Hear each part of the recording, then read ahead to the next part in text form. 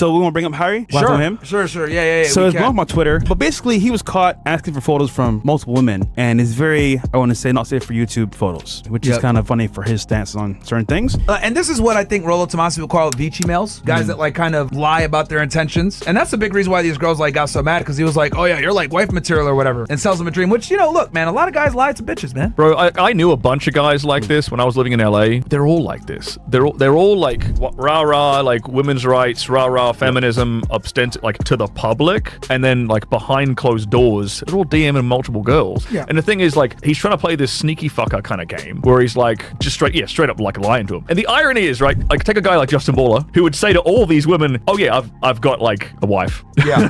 Whatever. Yeah. He would be honest. And a guy like Harry Sisson would look at Justin and be like, oh, he's a piece of shit. Yeah. That's the irony of the whole thing. Guys like us, like toxic alpha males is what right, they like he doesn't have the balls to like back up his own horniness. Yeah. Is what it really is. And you see it now, and it's so ironic that all these women are now piling on him, and you wonder why guys are afraid of like texting a woman. Like I've seen so many stories like this where like, especially on Snapchat for some reason, where guys will like, they'll get screenshots of the dude's Snapchat where he's like acting kind of thirsty, and they'll just start laughing at him. Bro, you don't like, I stay away from Snapchat, man. Stay away from that shit. Yeah, like you're not like, stay away from asking for nudes in general. Yeah. Like there's like, let her voluntarily send the nude. There's no universe where asking for nudes is gonna end well. Yeah. I don't think. have a Especially question. if you're a celebrity. And a bunch of these chicks actually sent it because they're idiots. But as a guy in the industry, does anyone ever really ask for nudes? I never get asked for nudes.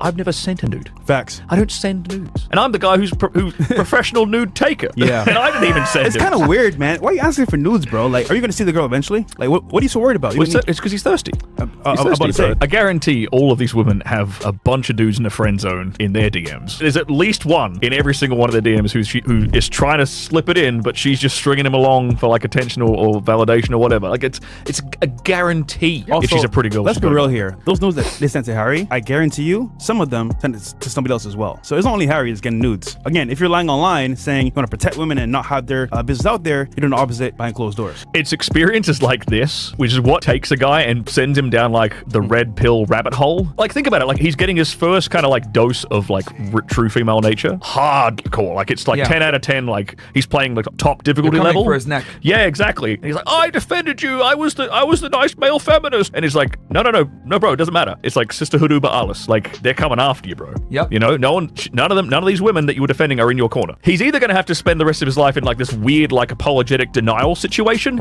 or he's going to like get red pilled. Like he might stumble across a Fresh and Fit podcast. This is why, you know what? This is why it's just better to be authentic. You know what I mean? There was a dude that was on the Whatever podcast, like when I was on the Whatever podcast, his ex was on it, and she was like a porn star and did like escorting on the side, did a whole bunch of stuff on the side. Shit. And when we were on the show, she said like, I have a boyfriend, I have a husband, my fiance was actually. When I first met him, I was never like, I was very goody-goody, you know, very shy, and I never thought I would be doing the work that I'm doing today, but I'm glad I did, because shit, when COVID happened, I was like, what am I gonna do? Everyone's losing their jobs. And so that's actually how I got into the adult entertainment, because like someone actually reached out to me online on Instagram and they're like, hey, do you want to do porn? At first I was like, no. And then I asked my boyfriend, you know, like, we're really struggling right now. Would you be comfortable if I did this? You can totally say no, but like we need money right now. And then like, yeah, and he was okay with it, but like I wouldn't be doing what I was doing. Obviously I have sugar daddies and my boyfriend's totally cool with it. And now it's been like, you know, a year or two later, and the dude's back on the show. He's like, she cheated on me. She broke up with me. Like she broke it off with me. I'm My guy's from the UK? Why are you surprised? No, this guy was American. This guy was American. I'm like, why are you surprised? Like the girl who's like engaged to her and she's doing like escorting on the side, and you're surprised that she like broke it off with you. Like there's just some women that you just should not commit to, and that he learned the hard way. Like men gotta learn by getting burned a few times that, oh, maybe I shouldn't engage with these types of women.